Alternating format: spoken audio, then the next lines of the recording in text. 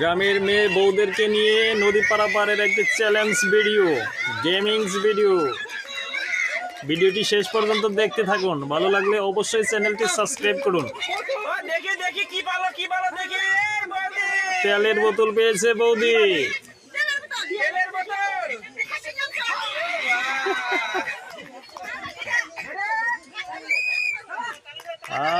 Second যাও যাও যাও, চলো চলো। ও মাই গড, একটুর জন্য পার হতে পারলেন না। এদিকে বল, এদিকে দেখি মুখটা। উঠে উঠে উঠে